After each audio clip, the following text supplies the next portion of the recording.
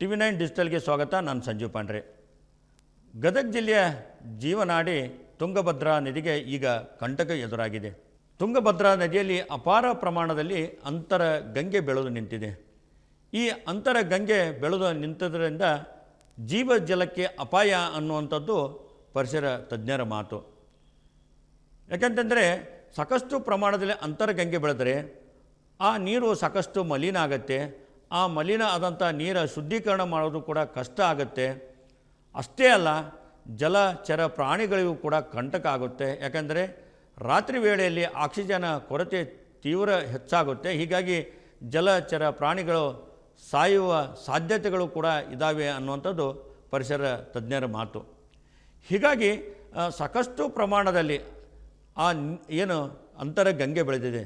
ನಾವಾಗಿ ಹೇಳ್ತಾ ಇರೋದು ಗದಗ ಜಿಲ್ಲೆಯ ಮುಂಡ್ರಗಿ ತಾಲೂಕಿನ ಹಮ್ಮಿಗಿ ಗ್ರಾಮದ ಬಳಿ ಇರುವಂತಹ ಸಿಂಗ್ಟಾಲೂರು ಏತ ನೀರಾವರಿಗೆ ಏನು ಅಡ್ಡಲಾಗಿ ಬ್ಯಾರೇಜ್ ನಿರ್ಮಾಣ ಮಾಡಿದ್ದಾರೆ. ಆ ಬ್ಯಾರೇಜ್ ಹಿನ್ನೀರಿನಲ್ಲಿ ಈ ಒಂದು ಅಂತರಗಂಗೆ ಬೆಳೆದು ನಿಂತು ಹೋಗಿದೆ. ಸಾಕಷ್ಟು ಪ್ರಮಾಣ 1 ಎಕರೆನೋ 2 ಎಕರೆನೋ 3 ಎಕರೆಗಿಂತಲೂ ಹೆಚ್ಚು ಪ್ರಮಾಣದಲ್ಲಿ ಅಂತರಗಂಗೆ ಬೆಳೆದು ನಿಂತಿದೆ. ಇದೇ ಒಂದು ಪ್ರದೇಶದಿಂದ ಗದಗ ಬೆಟಗೇರಿ ಅವಳಿ ನಗರಕ್ಕೆ ಕುಡಿಯುವ ನೀರು ಪೂರೈಕೆ ಮಾಡಲಾಗುತ್ತಿದೆ.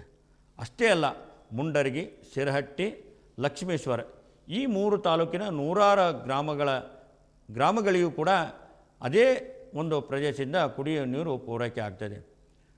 ಹೀಗಾಗಿ ಈ ಒಂದು ಮಲಿನವಾಗ್ತಾ ಇರುವಂತಹ ಏನು ನೀರಿದೆ ಅಂತರಗಂಗೆ ಒಂದು ಭಾಗದಲ್ಲಿ, ಅದು ಕೇವಲ ಮಲಿನ ಆಗಂಗಿಲ್ಲ, ಜೊತೆಗೆ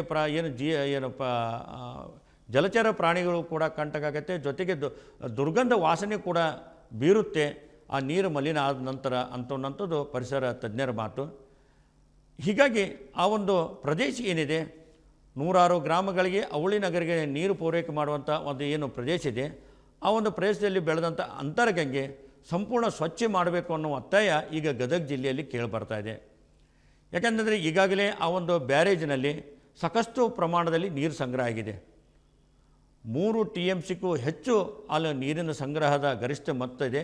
ಈಗಾಗಲೇ 2.16ರಷ್ಟು TMC ಈಗ ನೀರು ಆಲ್ರೆಡಿ ಸಂಗ್ರಹ ಆಗಿದೆ. ಹೀಗಾಗಿ ಈ ಒಂದು ಸಂದರ್ಭದಲ್ಲಿ ಕೂಡ ಯಾವುದೇ ರೀತಿಯಿಂದ ಆ ಅಂತರಗಂಗೆ ಕ್ಲೀನ್ ಮಾಡೋಕ್ಕೆ ಬರಲ್ಲ, ಅದು ತೆಗೆಯೋಕ್ಕೂ ಬರಲ್ಲ. ಯಾಕೆಂದರೆ ಅಪಾರ ಪ್ರಮಾಣದಲ್ಲಿ ನೀರಿದೆ. ಹೀಗಾಗಿ ಈಗಾಗಲೇ ಜನರು ಏನು ಒತ್ತಾಯ ಮಾಡ್ತಾ ಇದ್ದಾರೆ, ಯಾಕೆಂದರೆ ಈಗ ನಾವು ಸರ್ಕಾರದ ಮೇಲೆ, ಅಧಿಕಾರಿಗಳ ಮೇಲೆ, ಜಿಲ್ಲಾ ಆಡಳಿತದ ಮೇಲೆ ಒತ್ತಡ ಹಾಕಿದ್ರೆ ಕನಿಷ್ಠ ಪಕ್ಷ ಮುಂದಿನ ಬೇಸಿಗೆಯಲ್ಲಿ ಆದರೂ ಯಾಕೆಂದರೆ ಬೇಸಿಗೆಯ ಸಂದರ್ಭದಲ್ಲಿ ಅಲ್ಲಿ ನೀರಿನ ಪ್ರಮಾಣ ಸಾಕಷ್ಟು ಕಡಿಮೆ ಆಗುತ್ತೆ. ಆ ಸಂದರ್ಭದಲ್ಲಿ ಈ ಒಂದು ಅಂತರಗಂಗೆ ಏನು ಅಪಾರ ಪ್ರಮಾಣದಲ್ಲಿ ಬೆಳೆದಿದೆ ಎಲ್ಲವೂ ಕೂಡ ಸ್ವಚ್ಛ ಮಾಡಬೇಕು.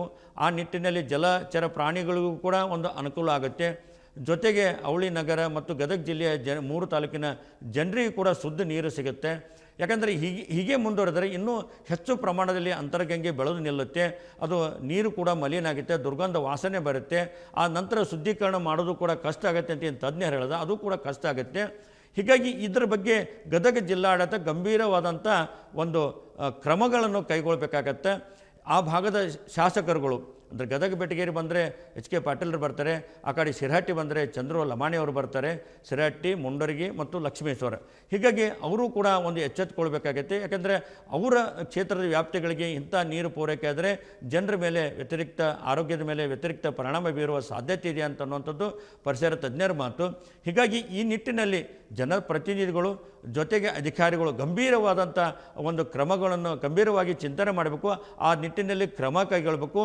ಈಗ ಆಗದೇ ಇದ್ದರೂ ಕೂಡ ಮುಂದಿನ ಬೇಸಿಗೆಯಲ್ಲಿ ಆದರೂ ಕೂಡ ಏನು ಅಪಾರ ಪ್ರಮಾಣದಲ್ಲಿ ಅಂತರಗಂಗೆ ಬೆಳೆದಿದೆ, ಆ ಅಂತರಗಂಗೆ ಸಂಪೂರ್ಣ ಕ್ಲೀನ್ ಮಾಡಬೇಕು. ಅಲ್ಲಿನ ಹೂಳು ಕೂಡ ಎತ್ತಬೇಕು. ಹೀಗಾಗಿ ಅದು ಎತ್ತೋದ್ರಿಂದ ಅಕ್ಕಪಕ್ಕದ ಗ್ರಾಮಗಳಿಗೂ ಕೂಡ ತೊಂದರೆ ಆಗಲ್ಲ, ಅಪಾರ ಪ್ರಮಾಣದ ನೀರು ಕೂಡ ಸಂಗ್ರಹ ಆಗುತ್ತೆ. ಯಾಕೆಂದರೆ ಈಗಾಗಲೇ ಗರಿಷ್ಠ ಮಟ್ಟ ಏನಿದೆ ಅಷ್ಟು ಪ್ರಮಾಣದಲ್ಲಿ ನೀರು ನಿಲ್ಲಿಸೋಕ್ಕೆ ಆಗಂಗಿಲ್ಲ. ಆ ಪ್ರಮಾಣದಲ್ಲಿ ನೀರು ನಿಲ್ಲಿಸಿದರೆ ಅದು ಅಕ್ಕಪಕ್ಕದ ಜಮೀನುಗಳಾಗಿರ್ಬೋದು, ಗ್ರಾಮಗಳಿಗೂ ಕೂಡ ನುಗ್ಗುವ ಸಾಧ್ಯತೆ ಇದೆ. ಹೀಗಾಗಿ ಸದ್ಯಕ್ಕೆ 2.16ರಷ್ಟು ಮಾತ್ರ ನೀರು ನಿಂತಿದೆ. ಹೀಗಾಗಿ ಜನರ ಒತ್ತಾಯ ಏನಪ್ಪ ಅಂತಂದರೆ ಅವಳಿ ನಗರಕ್ಕೆ ಮತ್ತು ಜಿಲ್ಲೆಯ ಜನರಿಗೆ ಶುದ್ಧ ಕುಡಿಯುವ ನೀರು ಪೂರೈಕೆ ಆಗಬೇಕಾದ್ರೆ ಇವೆಲ್ಲವೂ ಕೂಡ ಆ ನದಿ ಸ್ವಚ್ಛ ಆಗಬೇಕು. ಜೊತೆಗೆ ಜಲಚರ ಪ್ರಾಣಿಗಳಿಗೂ ಕೂಡ ಅಲ್ಲಿ ಬದುಕಕ್ಕೆ ಸ್ವಚ್ಛವಾದಂಥ ವಾತಾವರಣ ನಿರ್ಮಾಣ ಆಗಬೇಕು ಅನ್ನೋ ಒತ್ತಾಯ ಕೇಳಿಬರ್ತದೆ.